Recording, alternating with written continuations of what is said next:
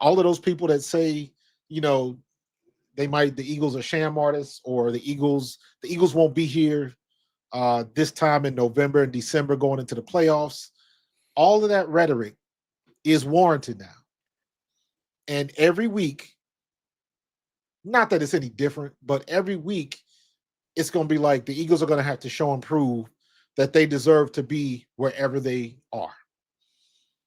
Are we a lock to win the NFC East? We should be. But based on what I saw today, and, you know, can we just go in and roll the Giants? Can we just go in and roll the Cowboys in game 2? Can we just go in and roll Washington? After what I've seen for the last 2 weeks, no. Do I think we're the better team? Absolutely. Yeah, I don't trust them to, at this point, play a complete game. And that's the problem, right? Because, like, to your point. Right. You had we got, I mean, special teams is good. Defense is doing what they need. Defense is stepping up.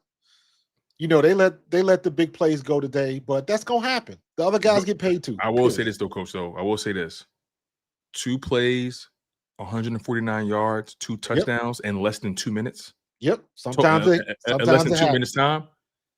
That's not helping anybody. Well, but also, offense, you're not sustaining drives. It's hot out there. You got to help that defense, man. They gassed out. But look at we had to experience some of the worst Murphy's Law that we've had this season. And what I say is the situation, the first long touchdown, the first score. That was a prayer ball, if you ask me. That was Makuba. Makuba did the same exact thing that CJ Gardner-Johnson did for the Texans. He bit on the wrong route. Receiver got behind, and the safety did not have. The safety was one step away from saving that play. Yeah, Reed Blankenship. That actually, to your point, I actually don't put that on Reed Blankenship. I put that on Makuba. No. It's that was Drew Makuba. Reed Blankenship shouldn't have had to go all the way over there, but he was one half a step away. His hand was 6 inches away from that ball. If he gets a half a step more, that we're not having this conversation. Then you had the situation with Bucky Irvin and Jahai Campbell. Yeah, that was just a scramble on Baker Mayfield. Sometimes things like that happen. Yeah, and what do I always say? Good ball by Baker Mayfield too. I don't care how fast you are as a linebacker. Linebackers can't cover. They can run, but they can't cover. And you came across somebody that's a little bit faster. Can't cover that long. Correct. And he got behind you, and Baker Mayfield threw a perfect ball, scrambled to get himself out of trouble. He made a great play. That was the quarterback making a play for his team, and they took it to the house. Sometimes things like that are going to happen because the other guys get paid too. Unfortunately, they happen in the span of about 2 minutes. So that was a 14-point swing in less than 3 minutes. So when we did stuff like that, it's all great. Everybody get a turn. Of course, for sure. And even though it happened, the defense still buckled up when they had to buckle up, and they kept them out of the end zone. They settled. Shout out to that kicker. Good Lord, 65 yards. That was nuts. Good grief! Shout out that's player of the week right there, as far as I'm concerned. Yeah. But in spite of all of that, we still managed to win the game. But the amount of criticism and skepticism that this offense specifically is going to get this week is deserved. Warranted. It's deserved. No, it's deserved. It's definitely deserved. My perspective is this, right? Because I agree with everything you said. You ain't saying nothing wrong. Like you didn't say anything I disagree with. I just want to add this part, right? You know, at this point, we've seen Kevin Patullo and his offense engineer a really strong first half in this game, a really strong second half in the previous game, right? You know, to open the season, they scored on their first 3 possessions, 21 points. So we've seen this offense able to get going. It's not like they've been anemic the entire time. They've had these stretches where they're just hot and they're feeling it. And then out of nowhere, it just dust. Stopped. It's like immediately they run out of gas. So I'm trying to understand what that is, for one. And for two, I say to myself, if they can just put that together, if it was consistently second half struggles Right. or consistently first half struggles, then I'd be like, yo, we got a real issue here. But I'm Right. seeing a tale of two halves on both sides of the spectrum. If they can put that together, because your defense is playing fairly well, all things considered. Yeah. All things considered. Airbrushing, they only scored 23 points. If it wasn't 23 for points. that block punt and the touchdown, we lose that game. Don't forget that. The Eagles offense, right? Correct. Eagles offense, to your point, that's are you talking about the field goal? Yeah. And the block. Well, no, we scored 20. Okay, so we you're scored. saying We had 4 24. scores. It'll be 24 points without the block kick, punt. The block punt. Right. Right. Yeah. So he was saying we scored 30 points. I was like, no, we didn't. That's a good point. Yeah, that's a good point. I forgot about that. No, we didn't. You got to keep that. You do got to keep that in perspective. But also, Yes, I will say do. this though, since that happened so early in the game, Yep. it obviously gave you a boost, right? We have no idea what happens if that doesn't happen though, right? We got an L. But again, they were so dominant in the first half, offensively, defensively, and defensively. Yeah, listen, I was like, finally, we're gonna get a dominating game. Finally. Here's what pisses me off, right?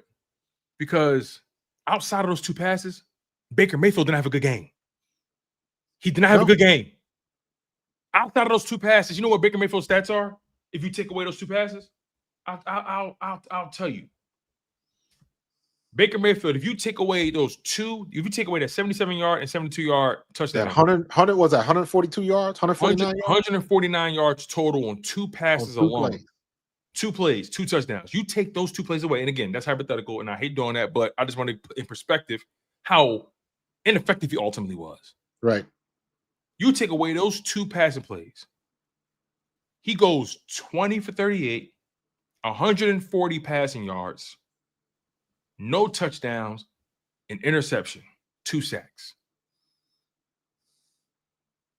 Yeah. 2 plays shifts how people talk about him on Monday. Yep. Because he did not look good in that game. Pass coverage was smothering. And on top of that, the refs were moving them. They couldn't move the Buccaneers. If it wasn't for the refs or those explosive they couldn't move the ball. They couldn't move the ball. So, but again, they happened, and you got to take accountability for that. If, shoulda, coulda, woulda, what happened, happened. But to zoom out a little bit, prior to the season, we talked about these first 4 games being very tough to start.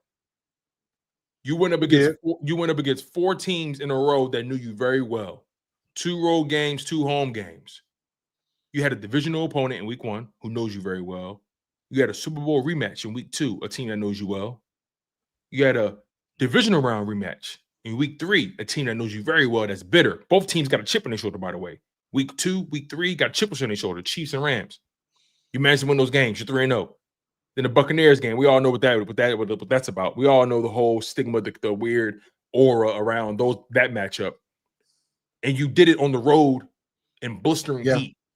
Yeah. So although your criticisms and my criticisms are extremely valid, and our concerns are warranted, I am also willing to say in the same breath, damn, to be 4-0 and make it through this. Next up, you got Broncos, Giants, Vikings, Giants. The schedule eases up a bit. And Malik Neighbors just went down. Possible torn ACL. I saw that. And the only thing I will say is this. The way our offense is playing right now, we have no easy games. We don't. Fair enough. We don't. Fair enough. We are now, in my opinion, one of those teams that can get got. So we can easily play the Giants and lose. We can play Denver and lose. Denver's going to be a tough game. Yeah, to your point, actually, the Giants beat the Chargers today. Who would have thought? Exactly. We both got that wrong. Now, granted, Chargers, they started that game without Rashawn Slater. He's been on IR all year long. I don't think he's playing and they got a lucky play with the big lineman ran it down to the 2. Yeah, and then Joe Altman got carted off. So they're missing a starting left tackle and a starting right tackle. Yep. Just wasn't a good game by the Chargers. And were the Giants home, by the way? Yeah. So not a good game, not a good game on the road for that team. Justin Herbert threw 2 interceptions. He kind of reverted back to Back who to he the was pumpkin. he kind of turned back into a pumpkin. So the week 4 has been interesting. And I'm also looking at the landscape, Yeah. right? Not just You're looking right. at us. I'm zooming out looking at the landscape. Are the Chargers exactly who people thought they were?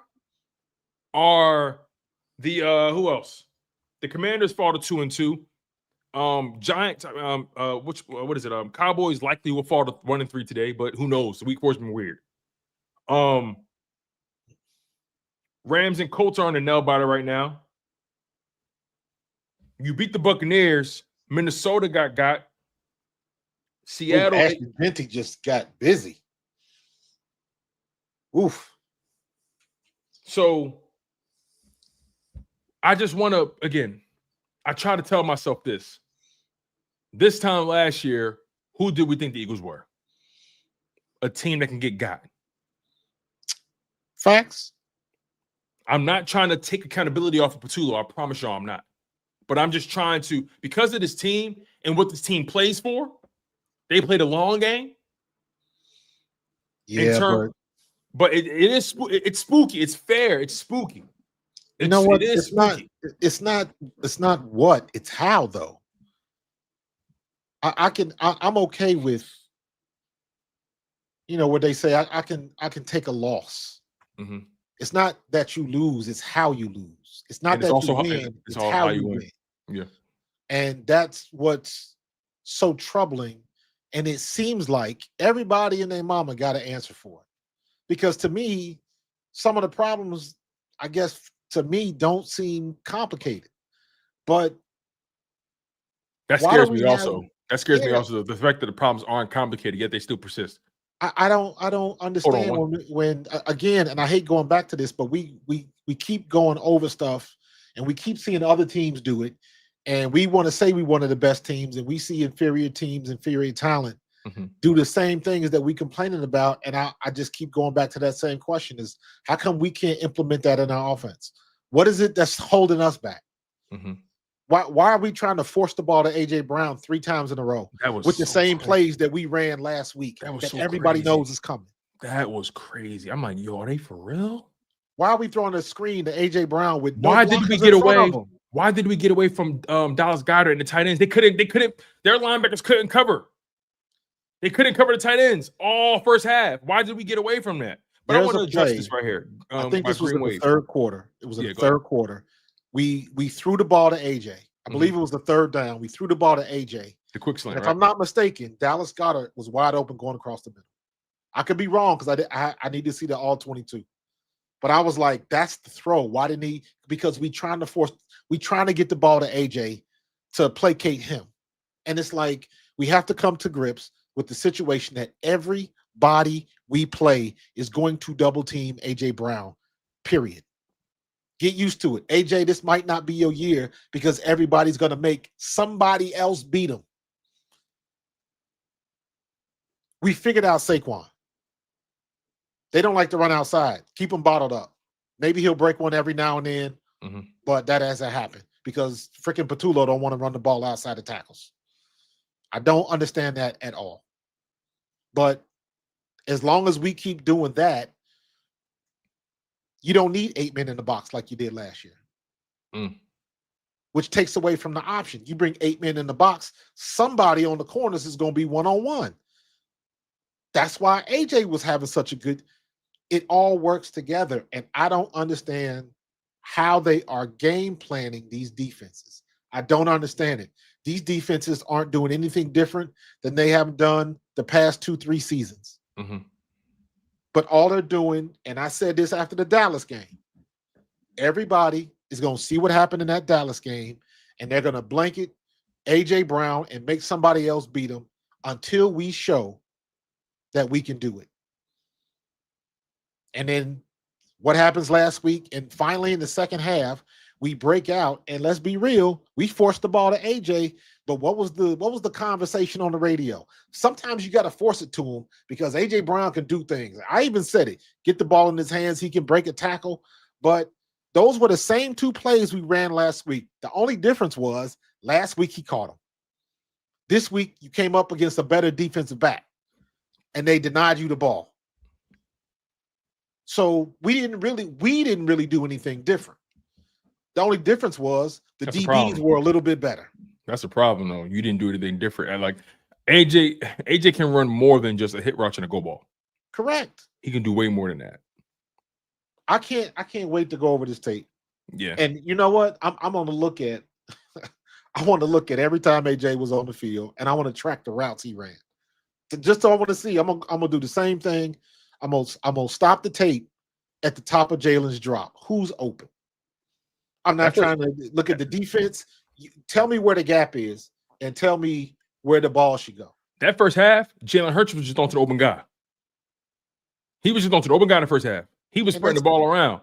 And why couldn't he do that in the second half? And then all of a sudden, you just saw this massive influx of AJ Brown targets. Massive influx. You know, exactly. And you know what that looked like? It looked like that. It looked like the coach said, "We had a good first half. I got to get AJ the ball. Ooh, I got to get AJ the ball." Exactly. Looks like, ooh, exactly. Shoot, I forgot. That's exactly what I thought. Instead of just calling the game, we good. Now we can try to let AJ get his. We good though. We got a 3-score lead. We good. Now we got to work on getting AJ the ball. That's exactly what happened. That's exactly what it looked like. It looked like they literally said, "Ooh, AJ, I got you, buddy. Got you." But this goes back to what Jalen said. It's not always going to look the way we want it to look. It's not going to always do that. I don't even want to call this conservative ball. I just think it was stupid. It was stupid play calling. Yeah. And if we didn't call those plays, and again, I got to put some of the onus on Jalen because there were other options to go with the ball. You didn't have to go to AJ Brown. I agree 100%. I do agree with that. Again, I do want to watch the film back though to see because there were moments. Tom Brady and those guys they'd be talking about. They said, "Yeah, there's nowhere to go here." Yeah. So I just want to see. Todd Bowles did what he was supposed to do. I just want to see what I can't wait to watch the film. Like you said, I want to see the AJ Brown routes. I want to see the situations that especially in the second half. I just need to see because the first half, Jalen was just drop back, diagnose the blitz, get it out, find open guy. He wasn't thinking about who could touch the rock. Bro, he had 0 passing yards in the second half. 0 completions. 0 passing yards, bro. That is how Sway? You can't do that. You can't do that. I don't know what to say on that one, man. Because I'll be one. It's like, you know what? You got to take the good with the bad. A win is a win. Blah blah blah blah. And I agree. However, this does not feel good at all. This does not feel good. You know what I said? I said to my man Chris 3K on the stream. I said this is like that first half. You went over grandmama's house. She fixed everything you needed. You got the smoked turkey. She made collard greens. She made macaroni and cheese. She served it up to you. And the second half, you dropped the plate. I'll take it a step further. It's like grandma did everything you just said, right? Or some dummy accidentally kicked the leg of the table and all the food hit the floor.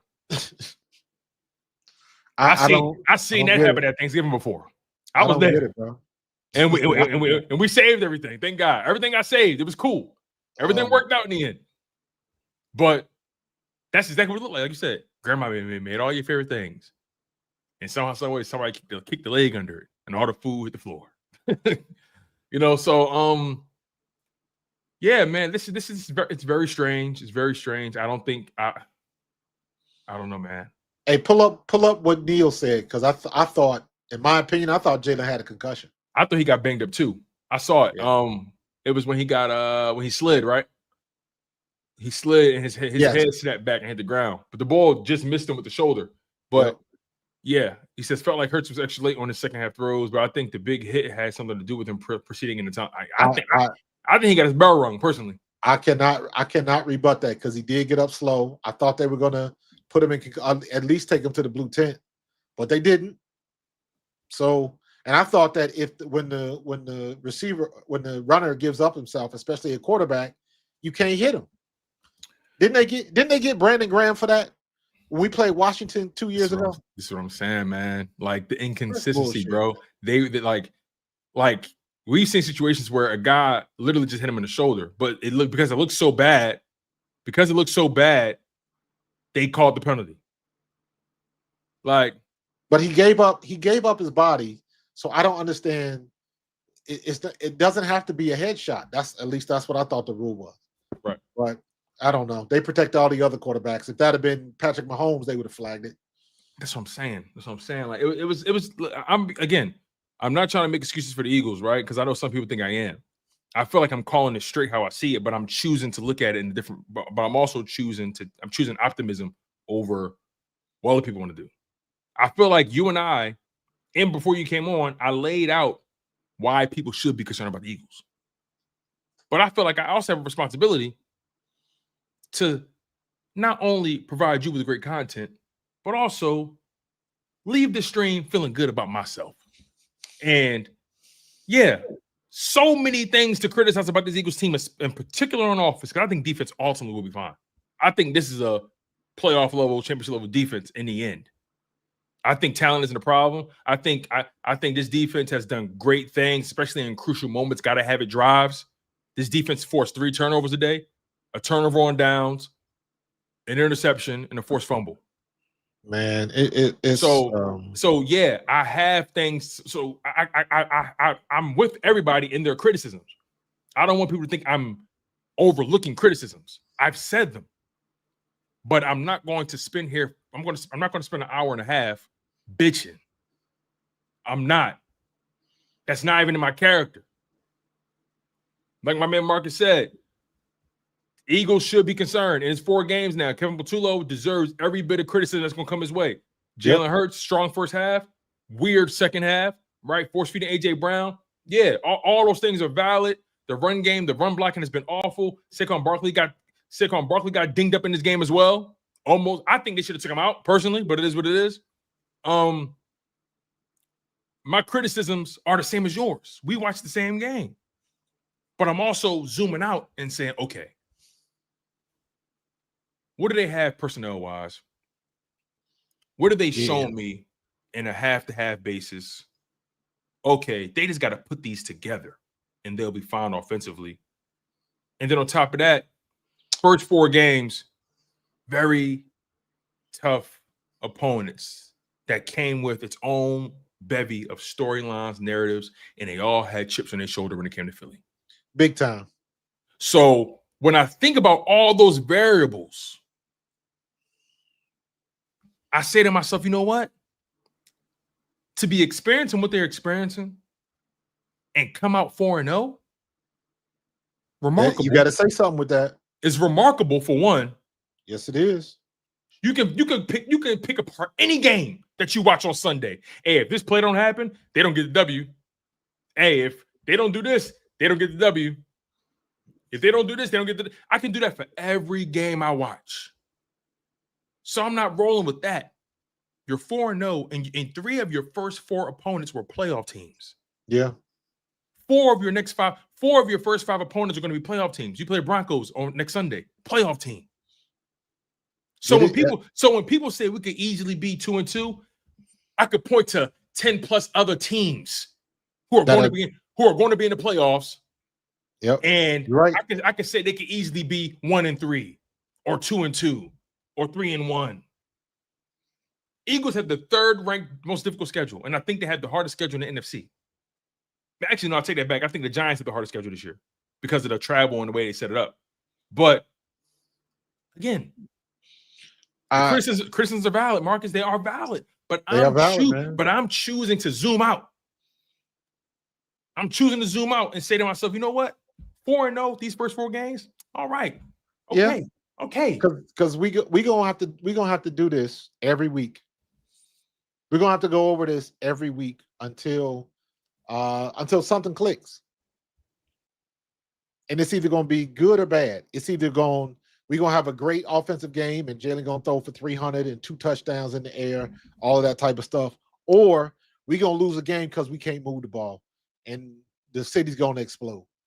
It's gonna be either or. And there's a good chance the way they're looking now that it might be both. We might be a bipolar team. Defense is saving our bacon right now because the defense is keeping us in the game. How the hell you come out for the second half and go 3 and out, 3 and out, 3 and out? And you look absolutely horrible. You look like your little brother trying to play Madden, and all he does is run the same And it 5 looked like plays somebody. all the time. I'm glad you said that. You know what it looked like? It looked like your big brother played the first half on the game, Then and he then gave you the sticks. And then he put the controller down because his girl called and said, "Hey, finish this game for me." Right. And you did what you did. Came back and you like, what did you do? Yo, you messed up my rating and everything. I gave you the controller. You was up 26. You was up 24-6. What are you doing? Give me the controller, dog. Hey, Marcus, I will be deep into that this week. I'm so pissed off with this run game. Once again, we wasted. When are we going to start pointing at Jeff Stoutland too? I know that I know that's blasphemous now.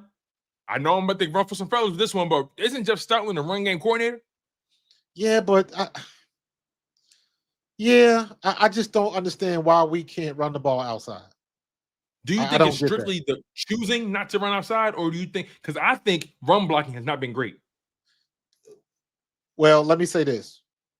Saquon had one play that if he would have stayed outside the tackle, he may have taken it to the house. He bounced in, he straightened it up and went north-south and went inside the block. So let me say this. He made the right read. But obviously, I'm looking on the broadcast, so I'm looking at things a little bit differently. And if he'd have stayed outside, he had a receiver on the outside on that DB. That was another block, and there was nobody behind him. If he stays the course and goes outside of that tackle, it wasn't even a bounce out. He should have just stayed on the same path, and he would have naturally went out there. That would have been a 7 to 8 yard gain at least, and possibly taking one to the house. So I want to see if there was any more plays like that. But I'm so frustrated with this run game because I don't think we ran outside one time today. And when I say run outside, I'm not talking about handing the ball inside and Saquon makes a jump cut. That's not what I'm talking about. I'm talking about the play is designed to go outside the tackle. I saw Tampa Bay do it.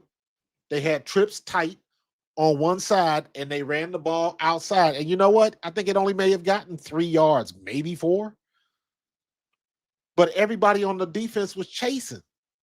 Then you run a counter the other way, and then it lets you do some other things. And we just don't do it. It is so frustrating because it's like, all right, we in ace, we in I formation. They're gonna run inside the tackles. There's no benefit of lining up in an I, and we gonna run an isolation. And we on our own 20-something yard line, and we run isolation, and we end up getting a 2-yard loss.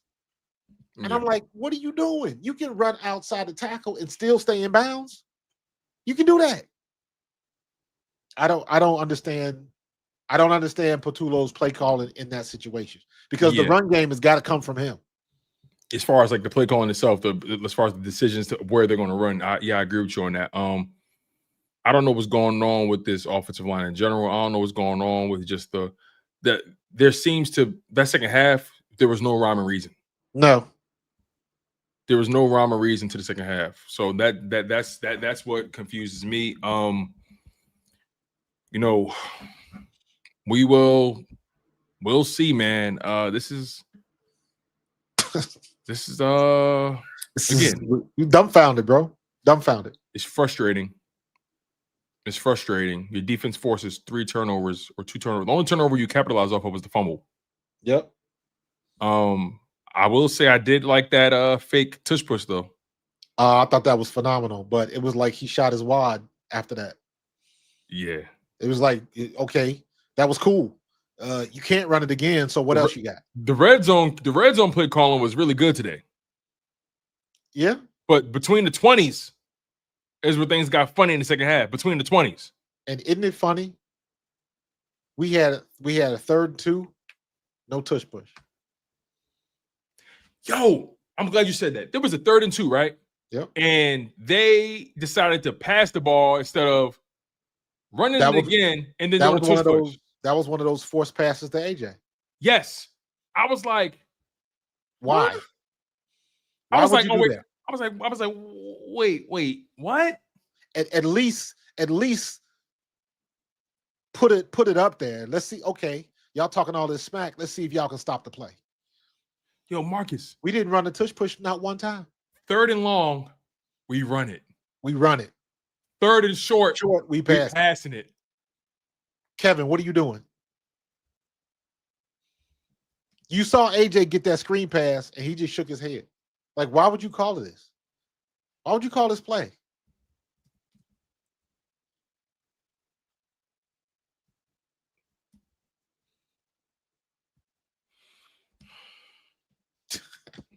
Dog. This that what we just described is a microcosm of me looking like, what the fuck is wrong with you? 3rd and 2, you are one of the best short yardage teams in football, if not the best. 3rd and 2, you would like to pass it after I think Saquon actually ran like 7 yards, 8 yards, right? Yeah. Like, I don't get it. You set it up. I might go back and watch this game again tonight. And then 3rd and long, you run it. It was only like 3rd and 13, 3rd and 15, whatever it was. I got a double back, but it's like, yo, we don't take no shots on 3rd and long. This motherfucker's scared. Something really wrong with him. I don't know what it is, bro. I have no idea. It seemed he played like he called plays like he afraid to mess this thing up. Instead of just acting like a kid that got new toys, I want to play with everything. Yep. You know what I'm saying? Yep. They knew what we was going to run. Yeah, we are too predictable. You know what he does? He goes to a buffet and only eats one thing. We're at a buffet. You better go get some more plates. He only wants the chicken wings. That's all he wants. He the type to go to a cookout and say, "Ooh, can you cook my veggie burger on a separate part of the grill? Can you clean the grill before you cook my burger?" Bro, we had a cookout, man. Yeah, you gonna give me that damn burger? Well, I don't really eat. Good play. Well, I don't really eat meat. He's that guy. He the guy to bring his own veggie burgers to the cookout and ask to clean the grill. I'll tell you what, man. They got some things to clean up, and I think they need a bye week bad.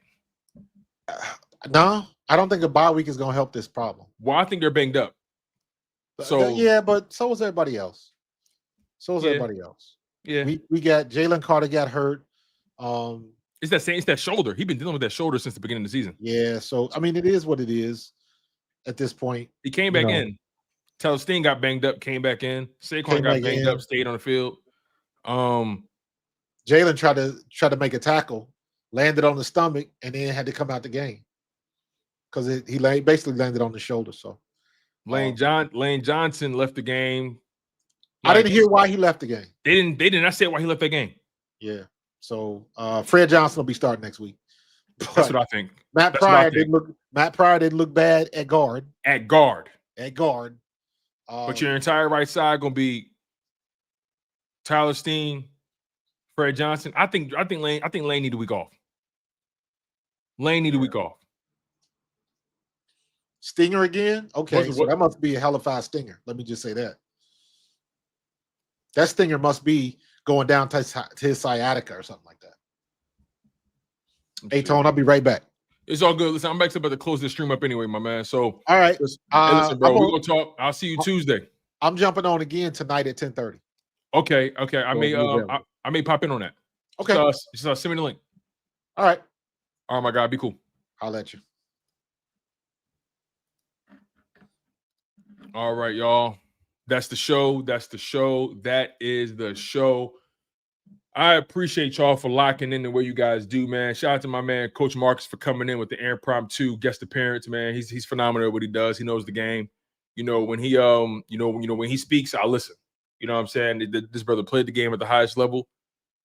He's played on the college level, played in the NFL, played in the CFL, the World League, all-time leading rusher for Eastern Kentucky University. When he talks, I'll listen. So his perspective is extremely valid, and I agree with mostly everything he says.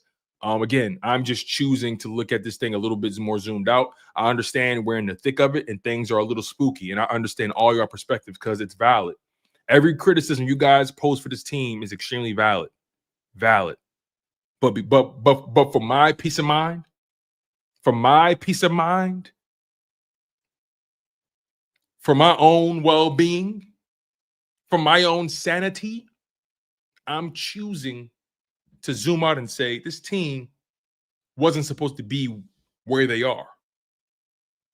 People had this team starting the season 1-3, 2-2 at most, especially given the losses you had on defense. Losing Mekhi Becton on the offensive line. People had this team, all things considered, had this team starting the season 1-3, 2-2. I even heard people say, hey, this Eagles team could start 0-4. They're 4-0 and are not playing their best football.